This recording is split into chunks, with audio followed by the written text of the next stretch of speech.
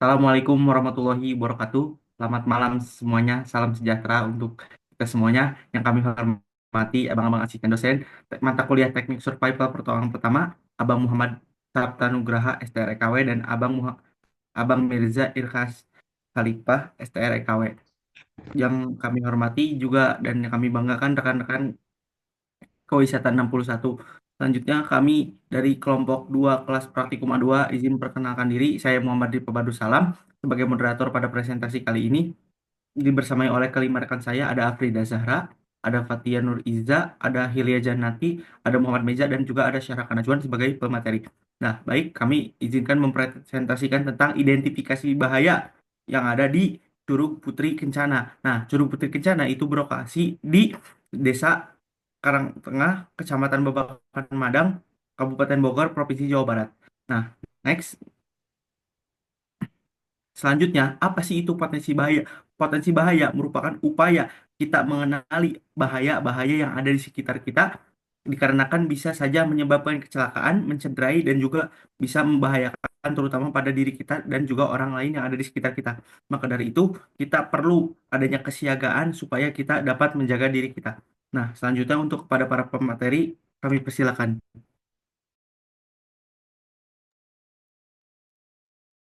Baik, yang pertama potensi bahaya biologis. Potensi bahaya biologis merupakan potensi bahaya yang muncul pada makhluk hidup. Di sini kami menemukan 3 potensi bahaya biologis. Yang pertama, potensi bahaya serangga. Di situ terdapat serangga seperti semut, nyamuk, bahkan lebah, di mana serangga tersebut berpotensi membahayakan apabila menggigit pengunjung. Upaya yang dapat dilakukan untuk menghindarinya yaitu dengan pengunjung menggunakan pakaian yang tajam atau menggunakan lotion anti serangga. Yang kedua adalah tanaman beracun yang gatal. Tanaman beracun yang gatal berpotensi membahayakan pengunjung apabila terkena kontak langsung dengan kulit. Upaya yang dapat dilakukan untuk mencegahnya yaitu dengan pengunjung menggunakan pakaian tertutup dan menghindari kontak langsung dengan semak-semak belukar. Yang ketiga adalah ular atau hewan berbisa lainnya. Ular atau hewan berbisa seperti biawak dan sebagainya berpotensi membahayakan yang makro atau fatal seperti keracunan atau bahkan kematian. Upaya yang dapat dilakukan adalah menghindari bagian-bagian seperti semak belukar, pepohonan yang terlalu rindang, dan lubang-lubang yang ada di tanah sekitar curug. Baik, selanjutnya adalah bahaya kimiawi. Potensi bahaya kimiawi adalah potensi bahaya yang muncul akibat bahan-bahan kimia berbahaya. Di sini kami juga menemukan 3 potensi bahaya kimiawi. Yang pertama adalah racun spora pada jamur. Jamur merupakan organisme biologis, namun potensi bahaya yang dapat ditimbulkan dapat berupa potensi bahaya kimiawi karena racun pada spora dapat meracuni manusia apabila terkena kontak langsung dengan kulit atau konsumsi. Oleh karena itu, pencegahannya dapat dilakukan dengan mengingatkan pengunjung untuk tidak menyentuh jamur atau mengkonsumsi jamur-jamur yang tidak dikenali. Yang kedua adalah zat limbah makanan. Zat limbah makanan, terutama yang dijual pada di curug-curug tersebut, dapat berpotensi membahayakan pengunjung apabila limbah makanan tersebut tertumpuk dan membusuk, serta mengkontaminasi makanan atau tanah atau bahkan air aliran curug Putri Kencana tersebut. Upaya yang dapat dilakukan adalah dengan membersihkan secara berkala dan menegur pedagang-pedagang yang tidak menjaga kebersihan curug tersebut. Yang terakhir adalah racun pestisida dari kebun kopi. Setelah kami melakukan wawancara dengan pengelola, kami menemukan bahwa di sekitar curug terdapat kebun kopi di mana berpotensi membahayakan pengunjung apabila racun pestisida mengkontaminasi tanah dan aliran curug Putri Kencana. Upaya yang dapat dilakukan adalah dengan membuat peraturan yang tegas untuk petani kebun kopi untuk tidak menggunakan pupuk yang beracun. Baik, selanjutnya ada potensi bahaya fisik, yaitu berasal dari kondisi alam, seperti medan licin, bebatuan tajam, dan juga tebing curam. Potensi bahaya fisik di Curug Putri Kencana, yang pertama ada suhu lingkungan yang terlalu dingin, di mana Curug Putri Kencana ini berada di daerah pegunungan yang lembab dan juga sejuk, di mana bisa menyebabkan tidak nyamanan atau hipertermia. Pencegahannya menggunakan pakaian hangat dan perlengkapan yang menjaga suhu tubuh. Yang kedua, ada paparan suara deras aliran air. Suara gemuruh air yang terus-menerus dapat mengganggu pendengaran pengunjung jika terlalu lama berada di dekatnya. Pencegahannya, batasi durasi di titik suara keras atau menggunakan pelindung telinga. Yang ketiga, ini ada debit air tinggi dan juga tekanan yang kuat, aliran deras terutama saat musim hujan berisiko menyeret atau melukai pengunjung. Pencegahannya menghindari area arus deras menggunakan pelampung dan juga mengikuti arahan pemandu. Selanjutnya ini ada bahaya ergonomis di Curug Putih Kencana. Yang pertama ada membawa beban terlalu berat saat trekking, dapat menyebabkan cedera pada punggung, bahu, dan juga lutut. Disarankan agar pengunjung hanya membawa beban maksimal 10 hingga 15% dari berat badan. Yang kedua, ada area berjualan yang sempit dan tidak nyaman, dapat membuat pedagang bekerja dalam posisi tidak nyaman, beresiko menyebabkan nyeri otot dan juga kelelahan. Solusinya dapat melakukan penataan ulang area agar lebih luas, bersih, dan juga kokoh. Yang ketiga, ada kurangnya penerangan di jalur dan juga area istirahat. Minimnya penerangan meningkatkan resiko kecelakaan dan membuat pengunjung merasa tidak aman, terutama saat sore atau malam hari. Solusinya, pemasangan lampu tenaga surya dan penanda di sepanjang jalur dapat meningkatkan kenyamanan dan juga keselamatan bagi pengunjung. Baik, selanjutnya ada potensi bahaya mekanis, di mana bahaya mekanis dapat timbul dari benda-benda bergerak yang digunakan baik secara manual maupun dengan mesin. Potensi bahaya yang pertamanya itu ada tali pegangan yang putus, di mana tali di area curug itu sudah terlihat lapuk akibat cuaca, menimbulkan resiko jatuh ke air. Solusinya adalah mengganti tali dengan yang baru dan tahan cuaca. Kemudian yang kedua ada tangga dan batu yang licin. Jadi kondisi licin pada jalur wisata sangat berbahaya, khususnya bagi para lansia. Maka dari itu pengelola harus memberi perhatian lebih kepada keamanan jalur wisata. Yang ketiga ada papan peringatan tidak stabil yang dapat menimpa pengunjung. Papan yang tidak terpasang dengan kuat bisa jatuh dan mencederai pengunjung. Maka dari itu perlu diperbaiki dan dipasang lebih aman.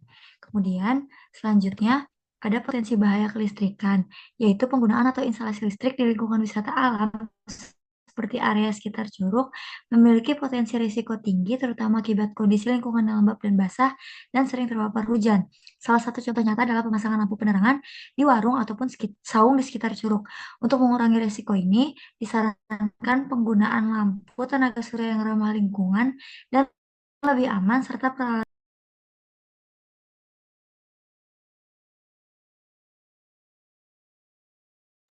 Baik, selanjutnya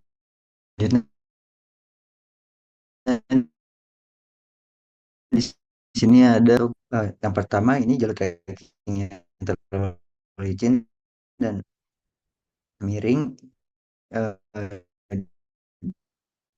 yang dimana cara pencegahannya yaitu pilihan yang kedua, jalan yang rusak. eh, di sini sangat mengganggu bagi para wisatawan yang ingin berkunjung ke Curug Putih Kencana.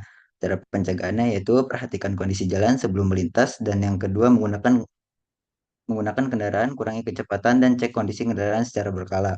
Kemudian yang ketiga yaitu kabut tebal, di mana di sini sangat mengganggu para wisatawan yang akan berkunjung ke Curug Putih Kencana karena eh, mudah tersesat dan juga menghalangi jarak pandang. Cara pencegahannya yaitu menggunakan lampu atau penanda visual dan tetap bersama kelompok dan jangan memisahkan diri. Kemudian yang keempat yaitu tanah berlumpur dan licin. Cara pencegahannya itu hindari berjalan atau mendirikan di area berlumut. Kemudian gunakan sepatu anti slip dan bersihkan lumpur di area yang akan kita pijak. Kemudian selanjutnya pohon yang tumbang. Cara pencegahannya yaitu hindari berteduh atau berdiam diri di bawah pohon yang tampak rapuh. Kemudian pilih lokasi yang jauh lebih dari pohon besar yang berisiko tumbang. Kemudian yang enam, tertimpa buah, kelapa atau durian. Jangan beristirahat. Cara pencegahannya yaitu jangan beristirahat atau berdiri di bawah pohon tersebut dan perhatikan tanda-tanda buah yang akan jatuh. Baik, selanjutnya yaitu link yang ketujuh yaitu pusaran arus, pusaran air atau arus deras, ya, yang dimana cara pencegahannya itu jangan menyeberangi sungai di titik arus deras atau pas pusaran, dan yang kedua itu menggunakan tongkat untuk menguji kedalaman dan kekuatan arus sebelum melintas. Kemudian yang kedelapan yaitu bencana alam seperti tanah longsor, yaitu hindari berdiri di bawah tebing lereng curam atau lereng curam atau area yang rawan longsor. Kemudian waspadai tanda-tanda longsor seperti retakan tanah, suara gemuruh atau pohon miring, dan ikuti informasi cuaca dan peringatan dini jika tersedia. Baik. Selanjutnya yaitu mengenai potensi bahaya psikososial. Nah, potensi bahaya psikososial merupakan sebuah potensi bahaya yang datang dari mental pengunjung atau wisatawan yang datang ke tempat wisata. Yang di Curug Putri Kencana yang sudah kami identifikasi, yang pertama ada trauma tenggelam, dan ini datang dari pengunjung tersendiri dan dapat dicegah dengan pengelola lebih memperhatikan dan mempertanyakan apakah pengunjung bersedia untuk berenang atau tidak. Dan yang kedua ada sugesti cerita mistis yang datang dari media sosial atau dari mulut ke mulut.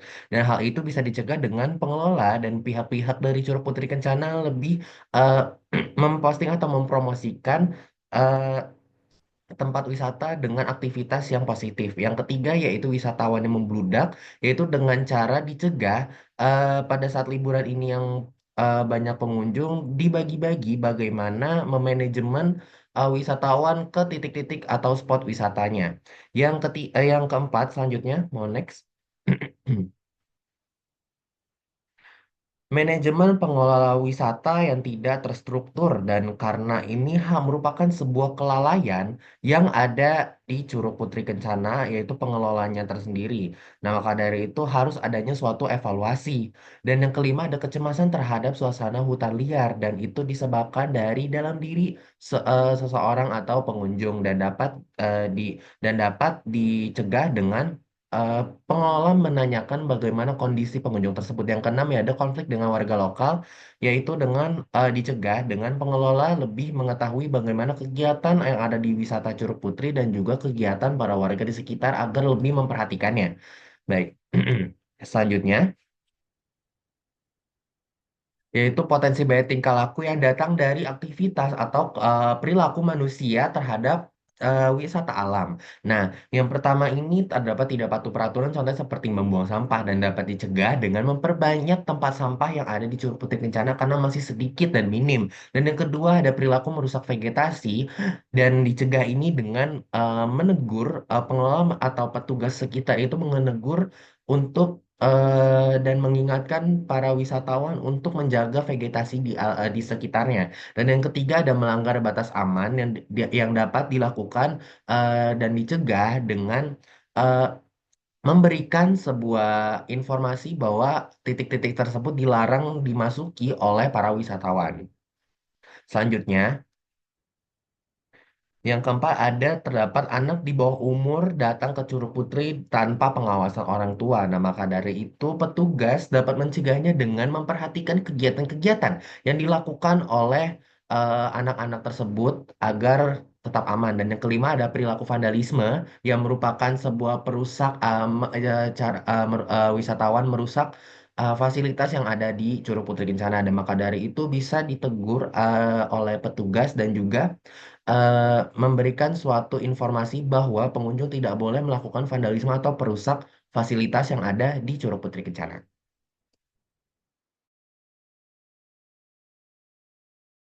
Baik, saya ucapkan terima kasih kepada para pemateri. Selanjutnya, kami akan memberikan kesimpulan mengenai identifikasi potensi bahaya yang ada di Curug Putri Kencana. Itu sangat beragam, mulai dari bahaya biologi, bahaya kimiawi, sampai bahaya tingkah laku wisatawan yang dapat membahayakan, mencederai, dan juga melukai wisatawan lainnya. Maka dari itu, potensi bahaya ini tidak hanya menjadi tanggung jawab bagi pihak pengelola, tetapi juga menjadi tanggung jawab pada siapapun wisatawan yang mendatangi lokasi Curug Putri Kencana ini. Perlu tingkatkan tiga hal ini. Yang pertama ada kewaspadaan, yang kedua itu ada ketelitian, yang ketiga itu ada kehati-hatian, terutama dalam menjaga diri sendiri maupun menjaga orang lain yang ada di sekitar kita. Mungkin cukup sekian presentasi dari kelompok kami. Kurang lebihnya mohon maaf. Wassalamualaikum warahmatullahi wabarakatuh.